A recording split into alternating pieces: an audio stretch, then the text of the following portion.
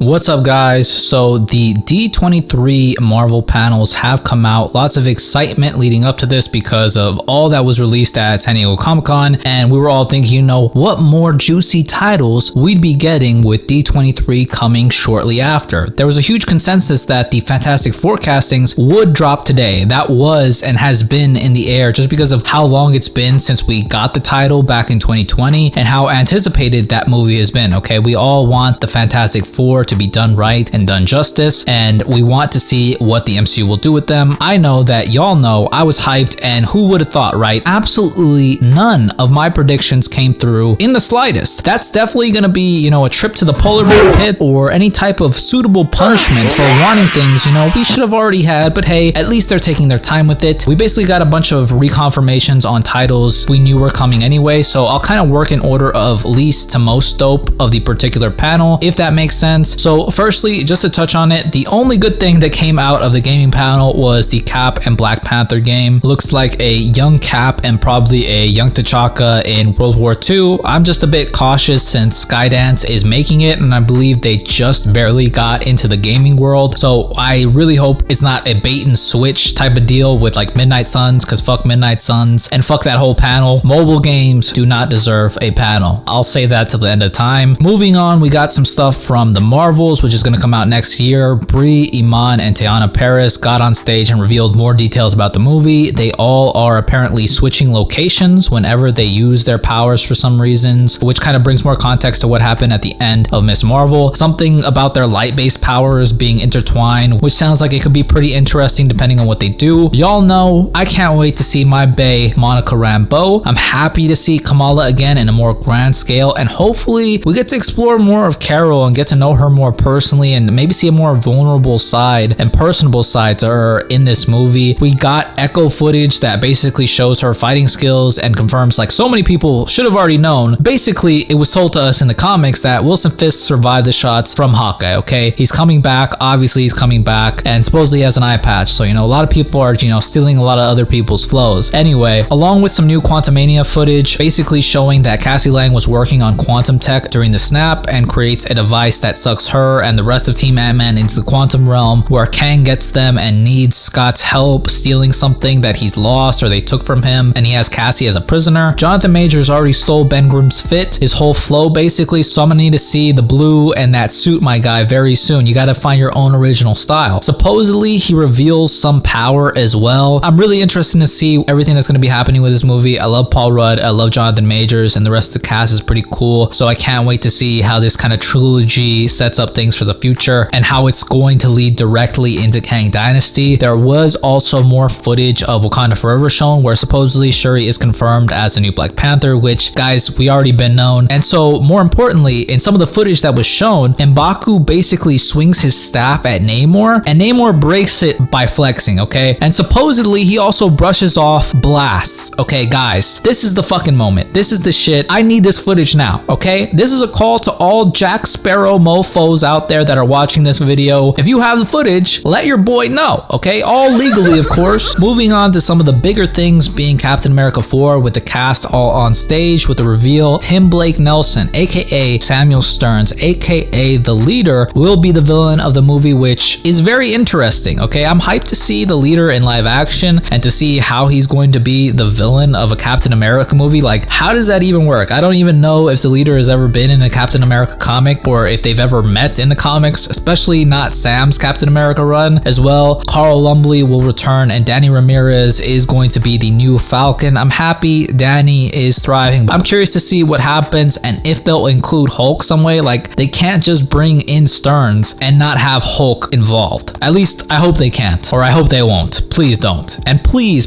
do not mutate Joaquin Torres, okay? Do not do that. We want him to be the way he is. The fucking mutation shit in the comics was fucking weird. Anyway, supposedly they showed some stuff from season 2 of Loki. Q-Con has been added to the cast, so that should be good. I really need to get to watch everything always. I need some light to hit my soul because, you know, I'm in my emo era deep players. Also, one of the biggest things to come out of the D23 panel was the official lineup for the Thunderbolts, which a lot of people would have already guessed. You know, Ghost, Red Guardian, Yelena Belova, Bucky, John Walker, and Taskmaster, or whatever, you know, that is. Honestly, this lineup is kind of bland to me. Like, Like the only real superpowered person is Ghost. All of them basically do the same shit. I also hate what they did with Taskmaster, so her inclusion is predictable, also disappointing. Somebody get Tony Master's ass in here. I did hear that this isn't the full team, so I'm crossing my fingers for some cooler additions like A-Bomb or maybe Man-Thing. Definitely have a Brute on the team, and I do think Zemo will eventually be included since he's kind of a staple of the team in the comics, at least when they first debuted. Just make it more interesting, you know, add a little bit of, you know, some flavors in there. I'll have to catch up on my Thunderbolts reading though, and we'll have to wait and see, of course, what happens with this project. Next, the Mac main himself, Charlie Cox, walked on stage with Vincent D'Onofrio. We got a different logo of the Daredevil Reborn title, which I think is more tongue-in-cheek of a title in the same way Homecoming was for Spider-Man, of both being a coming home to Marvel Studios as well as a school dance. So it'll be curious to see what this soft reboot Daredevil will look like. I'm personally not worried about it like at all, especially after all that Charlie Cox has been saying and the way that we saw him in the She-Hulk clips. Like he looks and feels like exactly the same. Just make sure to bring Poindexter back at some point because, you know, he's dope and that suit is gonna be the fucking new wave once it hits the MCU, okay? Next, in the top 2 of the events and things I'm actually hella excited for is Werewolf by Night, okay? They actually released a trailer, a poster, and it will be coming out on October 7th, guys. So I definitely will be reading up on Werewolf by Night. Glad to see Gail Bernal in the MCU and as a fucking werewolf, guys, okay? Team Jacob, the way it's shot in black and white and the vibe feels so damn cool, a very Halloween beat. We even got to see Man-Thing, guys, okay? It looks like he'll be a significant part in the show as well, and who knows who else pops up. Crossing my fingers. The next thing that caught me the most by surprise, the thing that I really didn't care about even with the inclusion of Emilia Clarke, was Secret Invasion, okay? Honestly, the comic was never the coolest for me or my favorite, except, you know, when the Illuminati goes to fight the Skrulls, but other than that, I never really thought it was that awesome. But legit, the trailer swayed me, okay? It looked amazing. Whoever was the cinematographer needs head immediately. It feels like Winter Soldier, very heavy espionage thriller vibes, but looks visually way better. Like this is shot so well. I really am impressed, and I think this will set another precedent of quality for the MCU and Disney Plus Marvel shows going forward. Not that every single show needs to look like this, but just that the MCU can do this if they want to. As far as the story goes, it looks like the impact of the Skrulls' Secret Invasion will be presented very well. It's going to lead directly into Armor Wars, so I really can't wait for that. Yeah, that's pretty much it as far as things go for the panel. I'll probably make more specific videos on some of the projects in the future if I feel so inclined. Overall, I think it's pretty wild we got this much, but people are still mad because we didn't get the Fantastic Four cast. I would say I'm even a little, you know, I'm feeling a certain way about it myself. Realistically though, I think we'd all be fine with what we got if we had more of the characters that, if not for the rights being elsewhere, we would have certainly already had. So I think without letting my bias get in the way, the Marvel Studios panel was honestly solid. But let me know what you guys think. Was it a dub or was it mid? What did you want to see, and when do you think we'll get more announcements? My bet is at an investor day. I'm hoping they have another one in December like they did in 2020. We shall see though. But that's pretty much it. If you liked the video, leave me a thumbs up, comment down below, and if you want, subscribe. I always appreciate it. Thank you guys so much for watching. I hope all of you guys are well, and I'll see you in the next one.